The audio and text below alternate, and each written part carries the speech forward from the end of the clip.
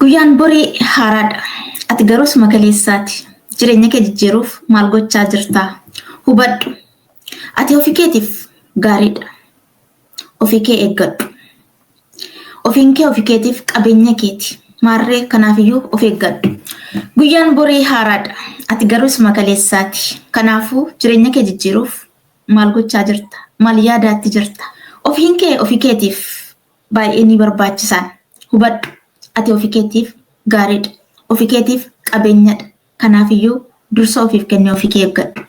Assalaamu alaykum warahmatullahi wabarakatuh. Shoma harka fuunee akkam jirtan? Maatiin YouTube channel keenya bakka jirtanitti nagaan isiniif haa ta'u isiniin jecha kunoo gama social mediaatti deebi'eetiin jira. Egaa yeroon deebi'u wantoota akka kanaan dura osoo hin taane YouTube channel kanarratti wantoota haaraa barsiisoo fi bashannansiisoo ta'an seenaa jireenya kootis ta'ee jireenya ilma namaa mudatu kamiiniyyuu wantootan irraa baradhee fi irraa hubadhee akkasumas wantootan irraa barattu isin fayyada jedhee yaaduu fi kan na fayyade isinii qooduudhaan kan turtisni waliin taasisu ta'a. Maarree YouTube channel kiyya subscribe gochuudhaan akkasumallee like gochuudhaan comment gochuudhaan akka nu jajjabeessitan abdiin qaba. Egaa warroonni kanaan dura haaraa taatan viidiyoo kiyya kan ammaan booda isiniif gallakkisu naa waliinis ta'u qofaa koos ta'u nama biraa wajjinis ta'u kan gadi isin lakkisu like gochuudhaan yaada qabdan comment gochuudhaan akka na jajjabeessitan kabajaan isin gaafachaa. Warreen maamilan ta'e yookiin immoo mana kanaaf haaraa taatan jalqaba akka seentaniin subscribe gochuudhaan like gochuudhaan viidiyoo kiyya akka eegaltan kabajaan isin gaafadha.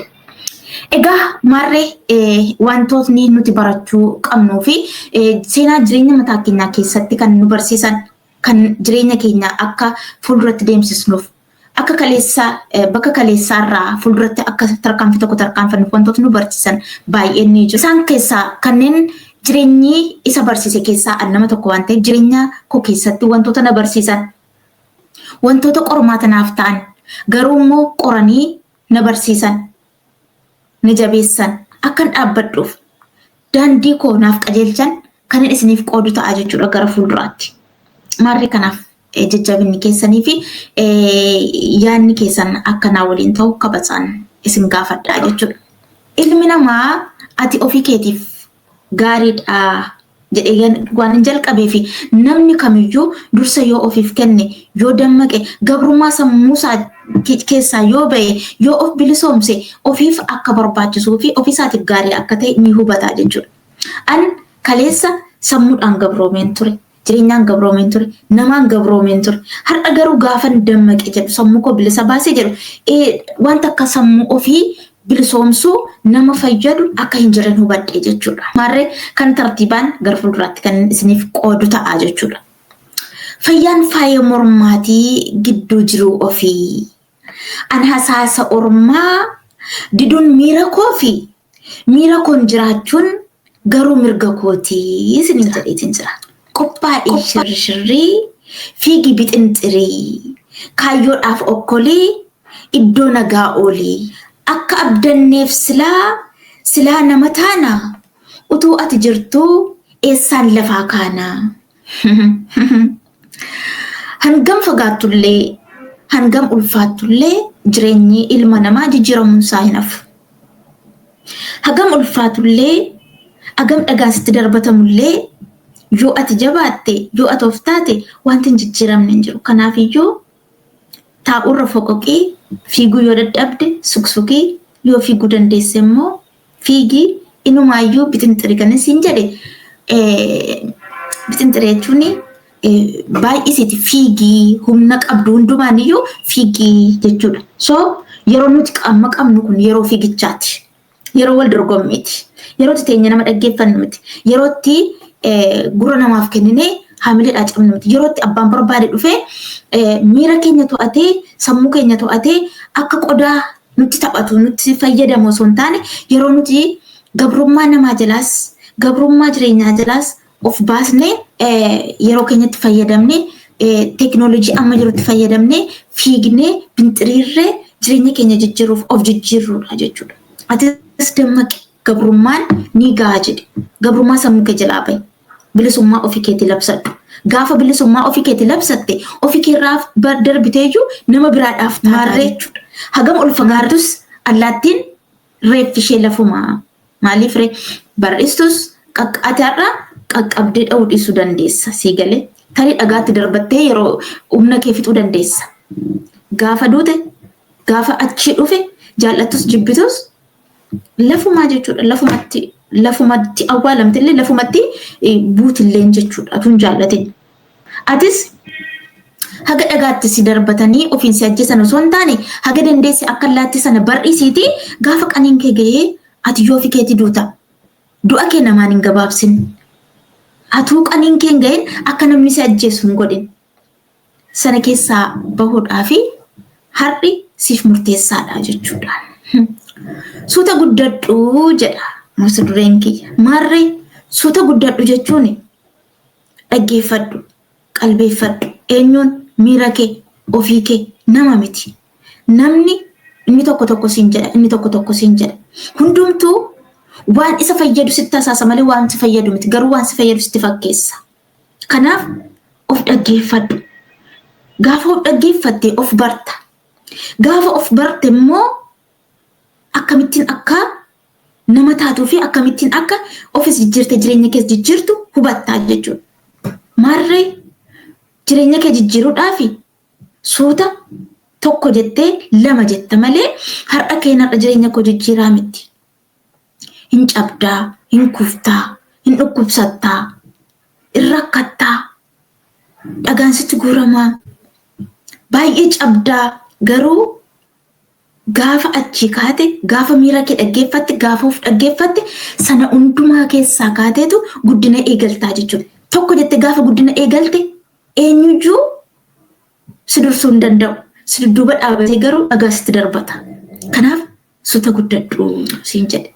Egaa gaafa suuta guddadhu jedhu yoon haga kana isiniin jedhe guddachuu jechuun milkaa'uudha. Milkaa'uudhaa fi maaltu nu barbaachisaa? Milkaa'uun dura milkaa'uu kootiif ulaagaaleen galma milkaa'ina koo nageessan maaliidha isaan jettee dursa sana itti yaaddee, itti qophooftee, itti alaammattee akka nama loltuun tokko qawwee dirree lolaa seenuudhaan duratti meeshaa lolaaf isa barbaachisan xixqiisaa guuttatee yookiin zinnaara isaa guuttateetu gara lolaatti seena. Qawwee isaa keessa rasaasatti lolu haga isa ga'u guuttatee jechuudha. Atis haala kan milkaa'insa keetii fi hidhannoo sammuu keetii dursa bilcheeffachuu qabda. Milkaa'ina keetiif daandii milkaa'ina keetii qajeelfachuu qabda. Daandii milkaa'ina irra gaafa eegaltu gufuun sitti baay'achuu danda'a. Gufuu sitti baay'atu sanarra akkamittiin akka darbitu, akkamittiin irra utaaltee isa ta'u, kuftee isa ta'u, kaatee isa ta'u, akkamittiin sanarra darbitee galma milkaa'ina kee geessu sanaa milkeessuudhaaf dursa ka'umsa kee beekuu barbaadda jechuudha. Milkaa'uu keen dura milkaa'uuf waan si barbaachisu hundumasaa zinnaara kee qopheeffachuun barbaachisaadha. Yeroo itti milkaa'uudhaaf tattaafa waan ta'eef milkaa'uuf tattaafadhu. Garuu milkaa'uudhaaf waan akkasii barbaachisan eeggadhu. Tarii gaafa milkaa'uudhaaf yookiin immoo galma milkaa'ina kee ga'uudhaaf ati tokko jettee kaatu wantoonni dudduubatti si harkisan hedduun jiraachuu danda'a. Fakkeenya maatii kee irraa fudhadhu. Itti aansi gama riyyaa keetti dhufi. Itti aansi namoota naannoo kee jiran.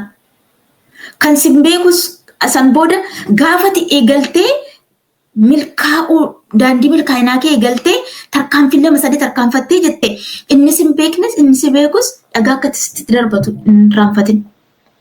Sanaaf dursa of qopheessuu, sammuu kee hidhachiisuu, jabaachuun murteessaadha jechuudha. Egaa yoon milkaa'ina keetiif kana siin jedhe, guyyoonni kan biraan siif kennaman yoo jiraatan iyyuu carraa guddaan nuti akka namaatti qabnu yookiin immoo har'aaf qabnu isee har'a nuti itti fayyadamaa jirru kanadha jechuudha. Har'i nu harkaa ba'ee jennaan argachuu hin dandeenyu. Kaleessa keenya bor jecha har'a geenye. Kaleessa waan baay'ee dabarsineera. Bor akkas goona, bor akkas ta'a, bor akkas ta'a, bor akkas goona, bor bakka akkasii geenyaa jenna garuu waan tokko harkaa hin qabnu. akkasittiin ofis gowwomsaa namoota naannoo keenya jiranis gowwomsaa ofii keenyas bakka jirutti dhaabbanne namoota naannoo keenya jiranis bakka jiranitti isaan dhaabne akkasittiin ofii keenya sakaallee namoota naannoo keenya jiras sakaallee yeroo itti dabarsinee jechuudha. Yeroo kaleessa dabarsine sana gaafa dudduuba deebinee yaannu yeroo sana argachuus hin dandeenyu deebisuus hin dandeenyu. Garuu gatii guddaatti kaffallee irraa warraan arganne bu'aan irraa arganne hin jiru.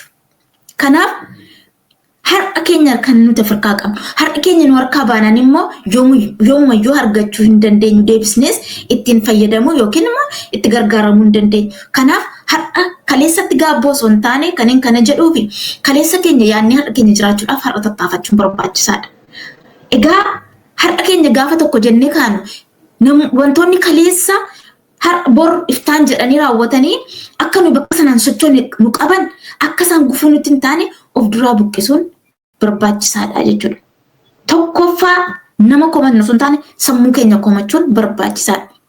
Sammuu keenya kaleessa nu gowwomsaa ture, isa nu sossobaa ture, isa duubatti nu qabaa ture of duraa dhabamsiisnee sammuu haaraadhaan, kaayyoo haaraadhaan, humna haaraadhaan fuuldura keenyatti deemudha. An jiraadhu hundumtuu jiraata. Jaalalli, qabeenyi, jireenyi wanti hundumtuu yoo an jiraadheedha. Anatu dursa. Gaafa an dursu wanti hundumtuu dhufa jennee amannee jennaan jijjiiruu ni dandeenya jechuudha. Kanaaf tokko jennee har'a keenya haa jiraannu. Shaayyaa darbe waraaban jedhamee ture kan darbe dhiisnee har'a keenya jalqabnee jirra. Maarreega wantoota daandiin an jalqabee jiruu fi jalqabuuf yaadaa jiru. Isiniif qooda. Haalotan irra deemu hundumaa tokko lamaan guyyaa oolmaa koo bultii koo leen utuu namni jireenya koo tattaafadhe jijjiiruudhaaf wantoota qabadhee eegalee jiru isiniif qooda. Wantoota dabarsalleen isiniif qooda kan isinii waliin turu ta'a jechuudha.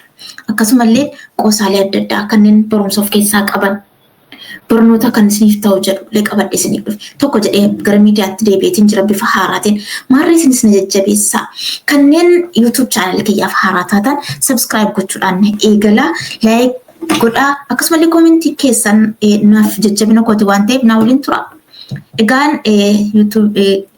Egaan video biraatiin hanga walitti deebinutti kanumaan isiniin jedhaa subscribe gochaa na eeggadhaa borarraa kaasee hojii babbareedaa hojii gaggaarii isin biraan hingaa akka isin gammachiisu akka isin irraa barattan akka isin irraa bashannantanillee abdiidhaan qabaadhaa.